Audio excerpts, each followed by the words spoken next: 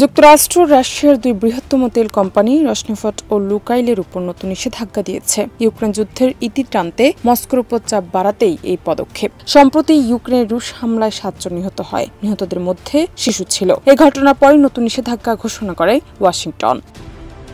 এলএমই certified বিশ্বসেরা কপারে তৈরি Walton cables, যা আপনার স্থাপনাকে রাখবে সব সময় নিরাপদ। এর একদিন আগে ট্রাম্প পুতিনের সঙ্গে বুদাপেস্টের বৈঠক অনির্দিষ্টকালের জন্য স্থগিত করেন। হোয়াইট হাউসে ন্যাটো মহাসচিব মার্ক রুটের সঙ্গে এক সংবাদ সম্মেলনে ট্রাম্প বলেন, প্রতিবারই পুতিনের সঙ্গে আলোচনা এগোয়, কিন্তু কোনো ফল আসে না। তিনি আরও জানান, রাশিয়া যুদ্ধ বন্ধে রাজি হলে নিষেধাজ্ঞা প্রত্যাহার করা হতে পারে। এর আগে যুক্তরাজ্যেও রসনেফট ও লুকাইলের উপর একই ধরনের নিষেধাজ্ঞা হয়। ব্রিটিশ অর্থমন্ত্রী রেচেল রিভস বলেন, রুশ তেলের কোনো স্থান নেই বিশ্ববাজারে। লন্ডনের রুশ দূতাবাস সতর্ক করে জানিয়েছে, এসব পদক্ষেপ বিশ্বজুড়ে জ্বালানি সরবরাহে প্রভাব ফেলবে। তারা বলেছে, এতে উন্নয়নশীল দেশগুলোর জ্বালানি নিরাপত্তা হুমকির মুখে পড়বে।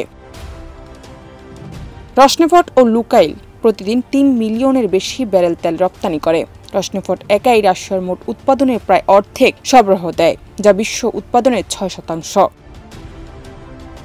নতুন নিষেধাজ্ঞাকে স্বাগত জানিয়েছে যুক্তরাজ্য ও ইউরোপীয় ইউনিয়ন। ইইউ তাদের ১৯তম নিষেধাজ্ঞা প্যাকেজ অনুমোদন দিয়েছে। এর আওতায় রাশিয়ার তরল গ্যাস আমদানিও নিষিদ্ধ করা হয়।